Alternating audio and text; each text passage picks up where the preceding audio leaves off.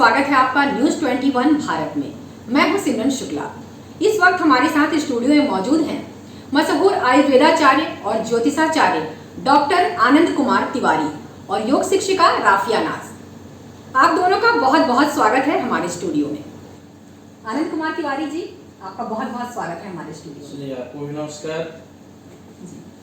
अभी कोरोना का दौर चल रहा है और ये जो सेकंड फेज में जो कोरोना आया है ये बहुत ही ताकतवर होकर और खतरनाक ढंग से लोगों पर अटैक कर रहा है, तो इसका आयुर्वेद में क्या इलाज है? ये आयुर्वेद में सृष्टि रचना उस समय से लेकर आज तक करुणा जो सूर्य के बाहरी परत है उसको करुणा बोलते हैं और उसी से दो हिस्सा हाइड्रोजन निकलता है जो पृथ्वी पर टकरा कर उसका जो अर्जर नहीं करने पाता है नमी वो आदमी के अंदर प्रवेश कर जाता है और नमी कफ और निमोनिया का लक्षण लगता है। और औषधिपति मालिक है चंद्रमा और चंद्रमा ही औषधि का मालिक है जल का और रसायन का भी। और इस समय जो पानी हमारे यहाँ सब जगह दूषित है और पानी दूषित का ही और लोग मिनरल वाटर भी पी रहे हैं लेकिन उसमें जितना तत्व होना चाहिए वो तत्व मिल नहीं रहा है। लोग केवल सीठा पी रहे हैं, बिल्कुल उसमें तत्व नहीं है, न उसमें जिंक है न उसमें आयरन है न उस पानी जल में कॉपर है।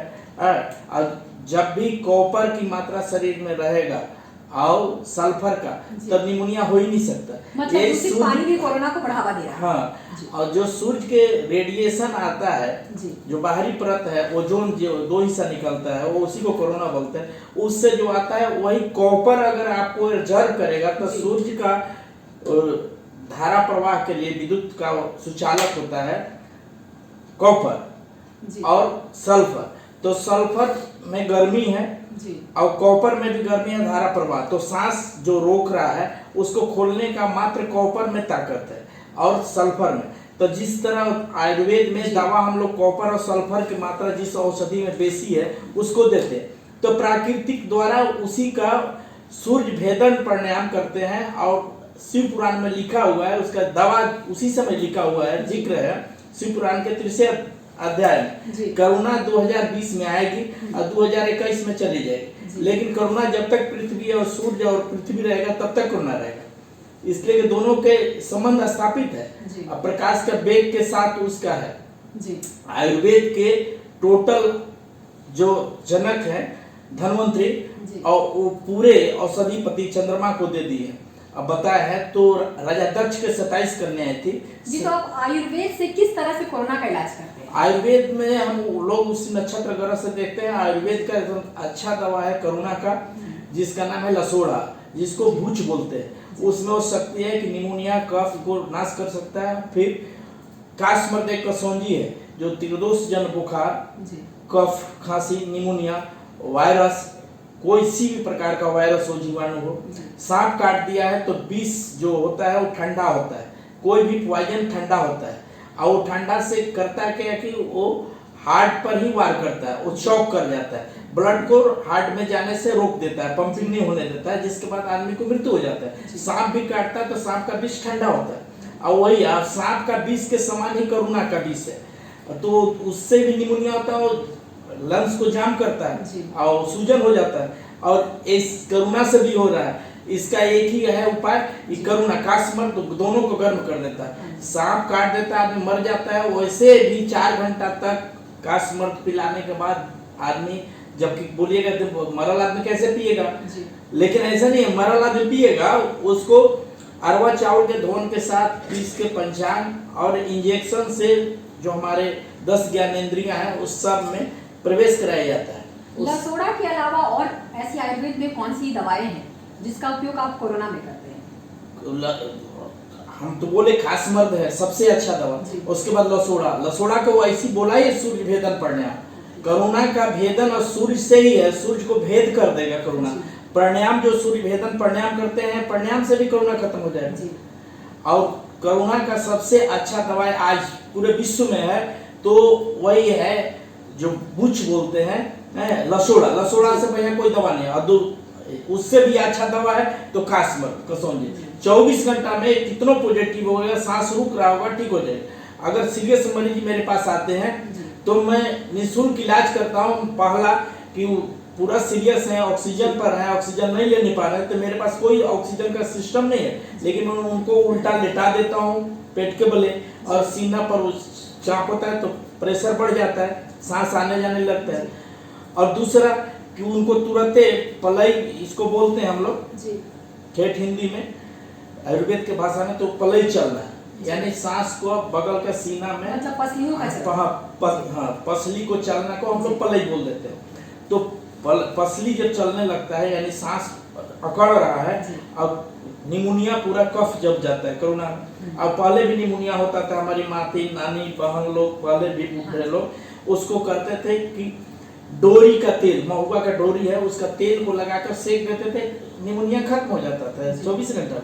आज भी हम लोग सीरियस मरीज को ही करते कि पूरा पहले डोरी का तेल का मालिश करते हैं और काशमर्द का पिला देते हैं और तुरंत आदमी ठीक हो जाता है स्वस्थ। हम आज ही 20 आदमी को पिलाए हैं। मतलब आपका कहना है कि जो पेशेंट कोरोना से संक्रमित है और वो बहुत हद तक सीरियस है, उसके बाद भी आप उसे 1-1.5 घंटे के अंदर ठीक कर देते? ठीक कर देते। कोरोना से कोई मर नहीं सकता है जी। कोरोना के भय को इतना डरवा दिया है मीडिया और माने बाहर जो भी कहिए और दवा व्यवसायी बड़े बड़े उद्योगपतियों लोग कि उसके भय से आदमी को हार्ट अटैक कर जा रहा है। 4 बजे शाम में कोरोना पॉजिटिव डॉक्टर शो करते हैं, निकालते हैं और 11 बजे मर जाता है, और जबकि उसका लंग्स जाम नहीं हुआ जी।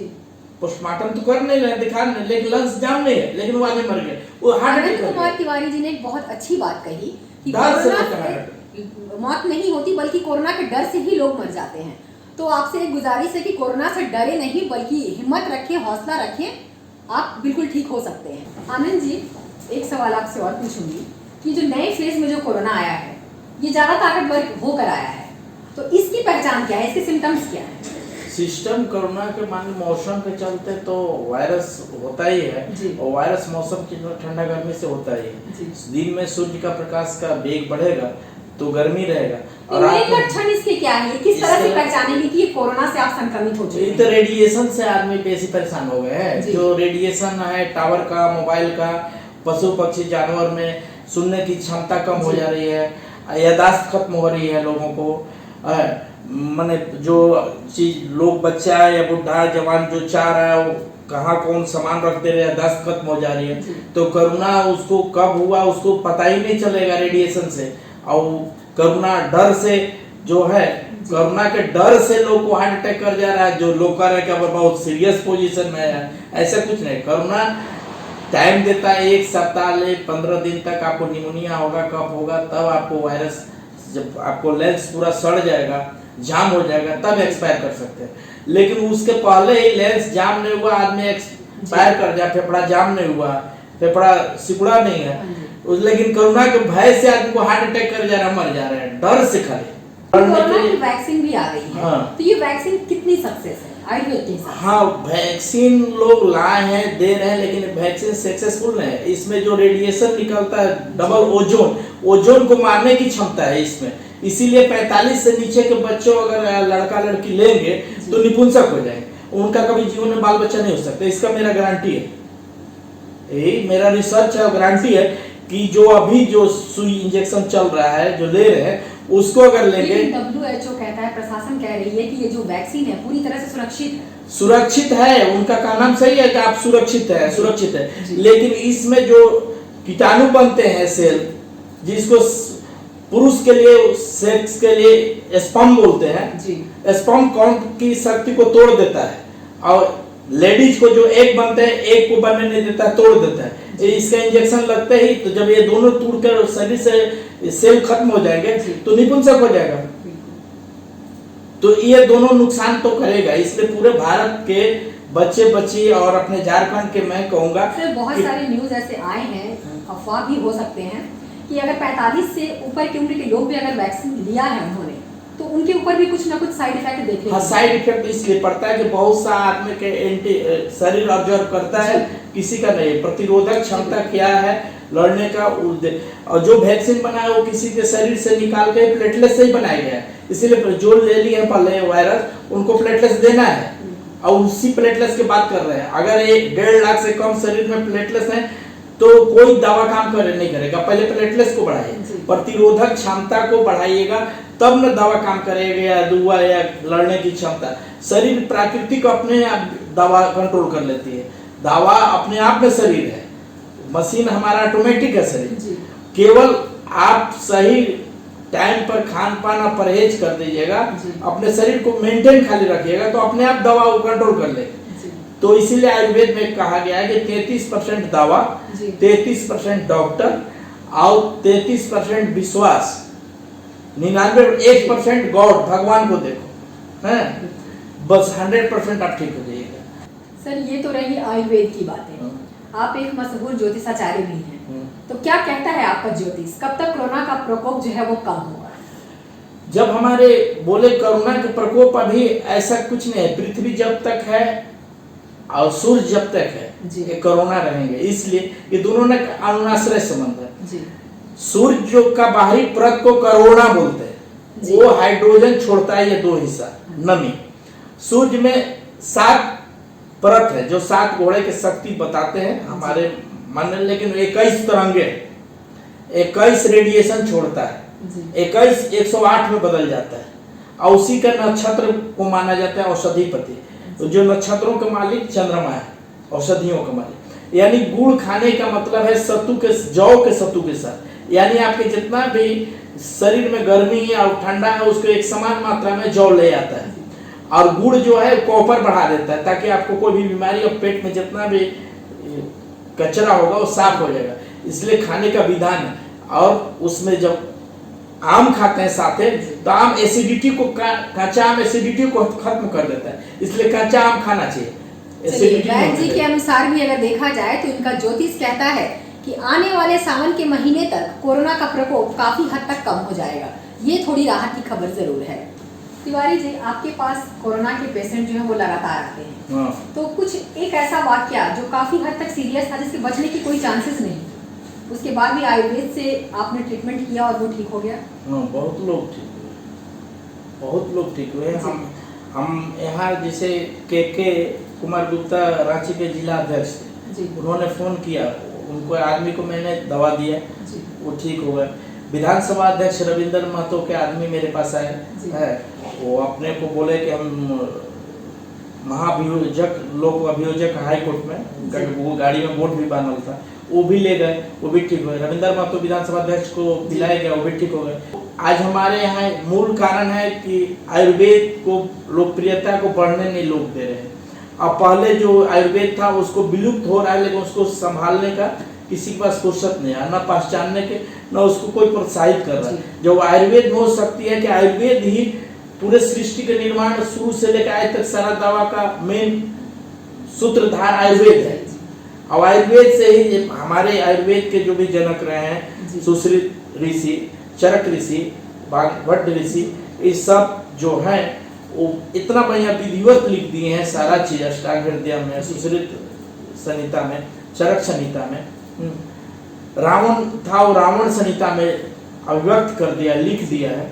सारा दवा का नाम, पहचानने की शक्ति, किस पृथ्वी पर कहाँ कितने तल पर पाया जाएगा, कौन स्टोन, सारा चीज, कौन रहने का, कौन दवा किस रोग का, सारा चीज आज लोग सही उसकी पहचान नहीं कर रहे। मैं आज 1200 औषधि जानता। देखा जाए तो हमारे आयुर्वेद में सभी बीमारियों का इलाज संभव है, सभी औषधियां जो है वो कारगर साबित होती हैं। तो आप भी आयुर्वेद से जुड़े और कोरोना से तो बिल्कुल भी ना घबराएं। कोरोना का इलाज आयुर्वेद के पास बखूबी है, जैसा कि वैद्य जी ने बताया कि इनके पास ऐसे ऐसे मरीज आए हैं जो मरने को थे, लेकिन उन्होंने अपने आयुर्वेद के इलाज से उनका इलाज किया और वो स्वस्थ हो गए। अब जुड़ते हैं राफिया जी से। राफिया जी, आपका बहुत बहुत स्वागत है हमारे स्टूडियो में। बहुत बहुत धन्यवाद। राफिया जी, कोरोना पर योग कितना असरदार है?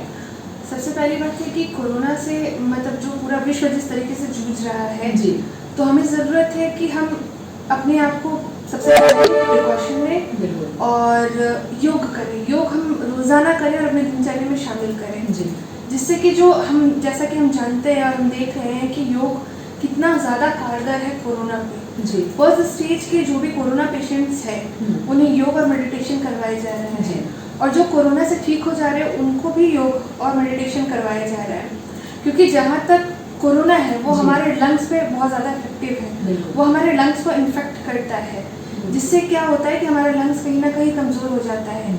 और अगर किसी को कोरोना हुआ है और वो कोरोना के बाद ठीक भी हो गया है, तो कहीं ना कहीं उसके लंग्स में, उनके ब्रीदिंग में प्रॉब्लम हो रहा है, जी। क्योंकि मेडिसिन हमें ठीक करते हैं, पर हमें स्वस्थ अगर रहना है तो हमें योग को करना ज़रूरी है और हमें योग को रोज़ाना करना पड़ेगा और मेडिटेशन को, जिससे कि हमारा लंग्स स्ट्रांग होगा, हम स्वस्थ रहेंगे। जो ब्लड सर्कुलेशन हमारे बॉडी में है अच्छे तरीके से नहीं हो पा रहा है ब्लड सर्कुलेट, वो पूरी बॉडी में ब्लड सर्कुलेशन बढ़ेगा, ब्रेन को ऑक्सीजन मिलेगा मेडिटेशन अगर हम करेंगे तो। और इसके साथ साथ बहुत सारे कोरोना पेशेंट ये सोच करके डिप्रेशन में चले गए हैं कि हम कोरोना पेशेंट है, ठीक होने के बावजूद वो आप देख रहे होंगे बहुत सारे कोरोना पेशेंट ऐसे हैं जो रिकवर होने के बाद भी ये सोचते हैं कि हमें कोरोना है, और कहीं ना कहीं उनके मन में डर है एक नेगेटिव होने के बाद भी, क्योंकि वो उस स्टेज और उस दर्द से गुजर चुके हैं जो दर्द कोरोना ने दिया है।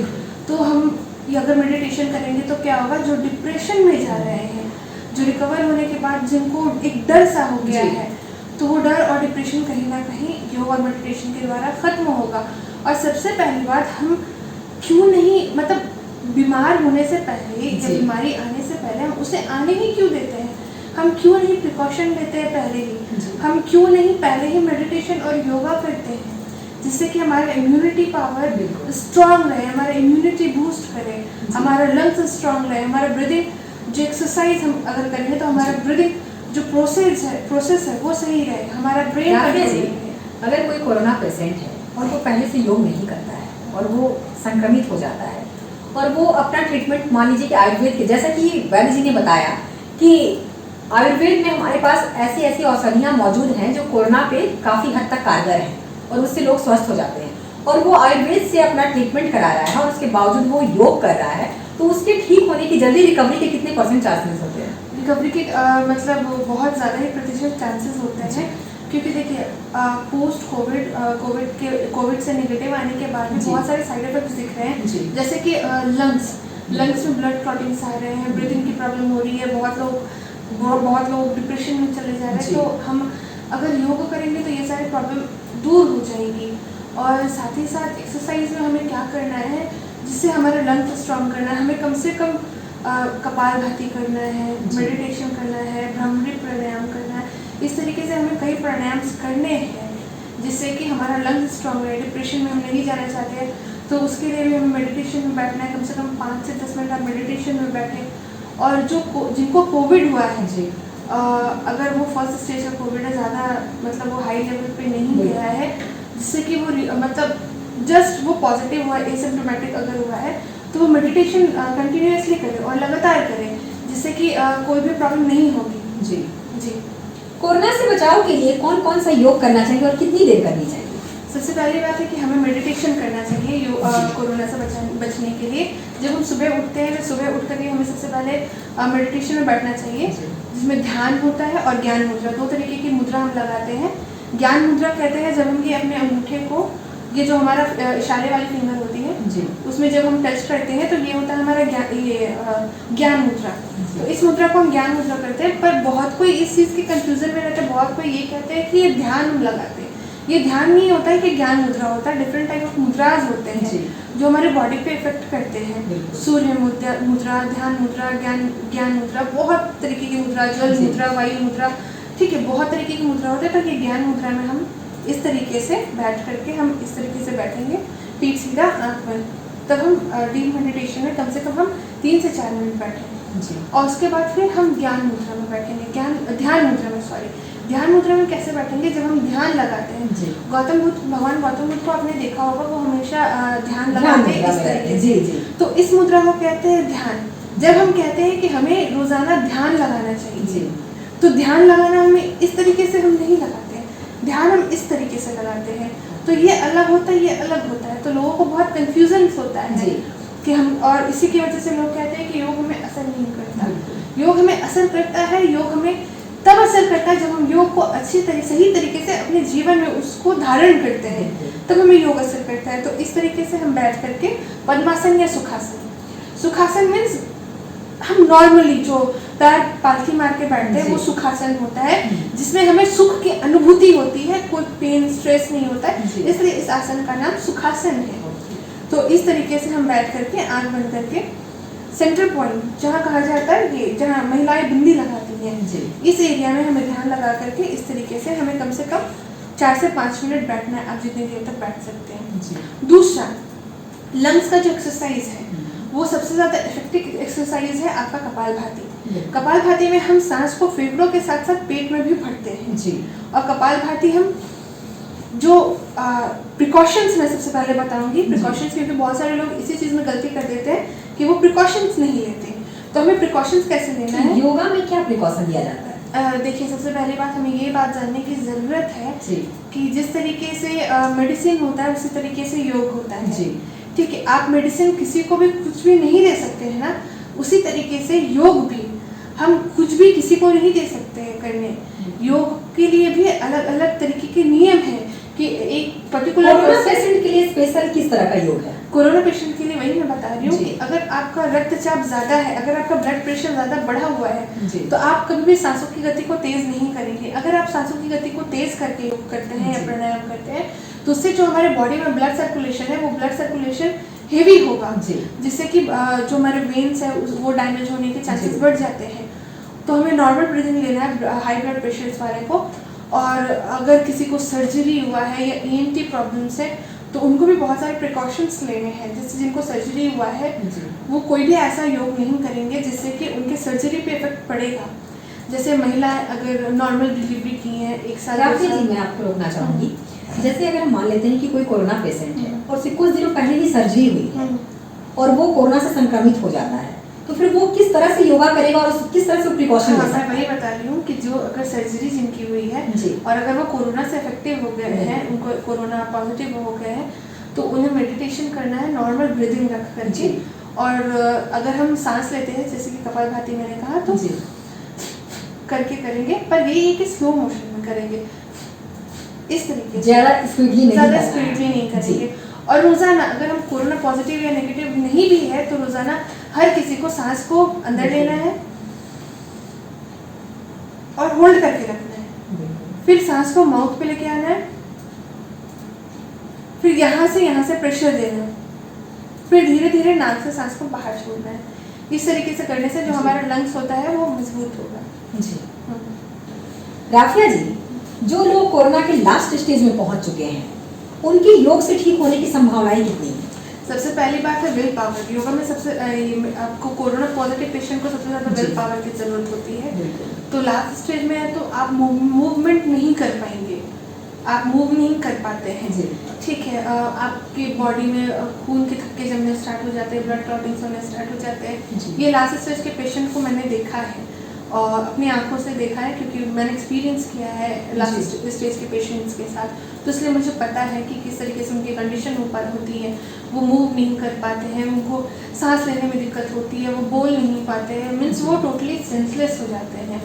तो सबसे पहली बात है कि अपने परिवार वालों से जो जहाँ भी वो एडमिट होते हैं कंटिन्यूसली जो नर्सेज होती हैं वो बात करवाती हैं। अगर ऐसी फैसिलिटी वहाँ अवेलेबल रहे तो परिवार वालों को सबसे पहली बात उनको बताना चाहिए कि हम आपके साथ हैं, आपको कुछ नहीं हुआ है। तो अगर वो मेंटली स्ट्रांग हो गए ना तो कोरोना की बड़ी से बड़ी बीमारी से वो बच सकते हैं। और रिकवर होने के बाद बहुत सारे साइड इफेक्ट्स होते हैं, जैसे कि लंग्स में मैंने बताया क्लॉटिंग्स हो गया, ब्लड्स में क्लॉटिंग्स स्टार्ट होते हैं। ठीक है, और बहुत सारे क्योंकि मेडिसिन बहुत हार्ड दिए जाते हैं, बहुत स्ट्रॉन्ग दिए जाते हैं, तो हमारा जो आंत है तो हमारे आंत में भी इफेक्ट होता है। फिर जो हमारा यूरिन पास एरिया होता है, जो हम मतलब वो सारा इफेक्टिव हो जाता है, मतलब वो सारा उन सारे में घाव होने स्टार्ट हो जाते हैं। इस तरीके के प्रॉब्लम्स होते हैं कोविड के बाद, चाहे वो लास्ट स्टेज के रहे या सेकेंड और थर्ड स्टेज के रहे।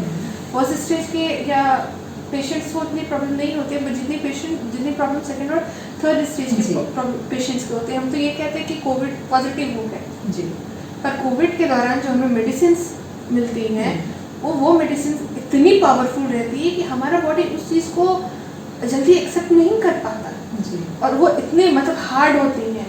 आप नॉर्मल सा फीवर का अगर मेडिसिन लेते हैं तो बॉडी पूरा पेन करने लगता है, आप उठ नहीं पाते हैं जी।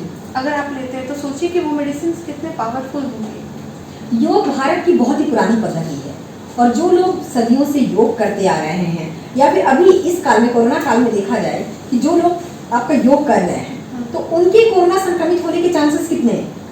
देखिए, सबसे पहली बात है कि जो योग सिर्फ योग कर रहे हैं नहीं जी, जो योग ढंग से कर रहे हैं जी, दोनों में बहुत फर्क होता है। क्योंकि हम एक होता है ना कि हम खाना खा रहे हैं तो सिर्फ हम खा ही रहे हैं, और हम क्या खा रहे हैं, कैसे खा रहे हैं, उसमें फर्क पड़ता है। तो उसी तरीके से योग, हम क्या योग कर रहे हैं, हम अपने अकॉर्डिंग योग कर रहे हैं या नहीं कर रहे हैं, या सिर्फ एक योग कर रहे हैं, इसमें बहुत फर्क है।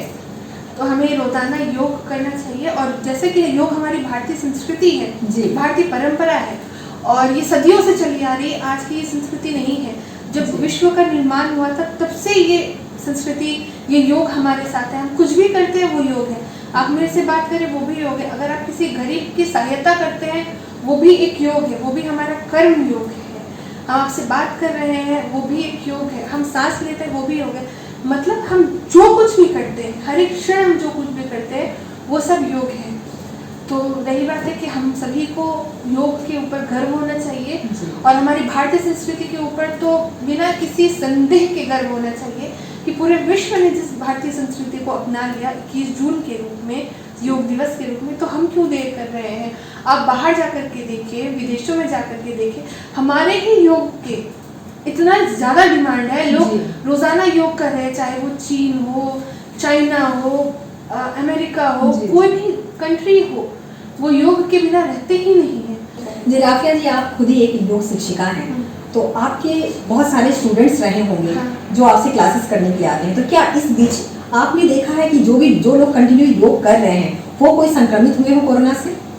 फिलहाल अभी तक तो मैं भी कोरोना से संक्रमित नहीं हुई। मैंने जितने योग करवाए हैं, जितने लोगों को जाकर के मैंने बताया है, प्रिकॉशंस भी लिया है, पर मतलब ऊपर वाले की मेहरबानी है कि अभी तक संक्रमित नहीं हुए। और जो भी मेरे स्टूडेंट्स हैं जी, तो इसमें भी मतलब ऊपर वाले की बहुत बड़ी मेहरबानी है कि कोई भी स्टूडेंट्स मेरे संक्रमित नहीं हुए हैं। और जो भी आ रहे हैं, अगर मतलब संक्रमित हो भी रहे हैं तो उनको जूम क्लासेस या ऑनलाइन क्लासेस के थ्रू ही मेडिटेशन और योगा करवा रही हूँ, तो वो होने के बाद आ रहे हैं। और मेरे साथ जो कई मतलब लंबे टाइम से योग कर रहे हैं उनको नहीं, वो कोरोना से इफेक्टिव। चलिए, राफिया जी से बातचीत के दौरान ये बातें तो साफ हो गई कि कोरोना काल में अगर आप योग कर रहे हैं, कंटिन्यू इस चीज को कर रहे हैं आप, तो आप कोरोना संक्रमित नहीं हो सकते। और जैसा कि वैद्याचार्य ने बताया कि अगर आप आयुर्वेद से इलाज करवा रहे हैं, और राफिया जी ने बताया कि आप योग कर रहे हैं, तो इसमें चांसेस ना के बराबर होते हैं कि आप संक्रमित हों। राफिया जी, आपने हमारे बहुत सारे सवालों के जवाब दिए, और हमारे दर्शकों के बहुत से कंफ्यूजन है वो दूर हो गए कोरोना को लेकर। तो ये थे हमारे साथ ज्योतिषाचार्य और आयुर्वेदाचार्य आनंद कुमार तिवारी जी और राफिया नाज जी, जिन्होंने बहुत अच्छी बातें बताई कि योग के जरिए और आयुर्वेद के जरिए हम कोरोना पर काफ़ी हद तक काबू पा सकते हैं। तो कोरोना से बिल्कुल घबराएं नहीं, मास्क लगाएं, सोशल डिस्टेंसिंग का पालन करें। कोरोना डरने की चीज़ नहीं है, इससे फाइट कीजिए और आप बिल्कुल स्वस्थ हो सकते हैं। नमस्कार।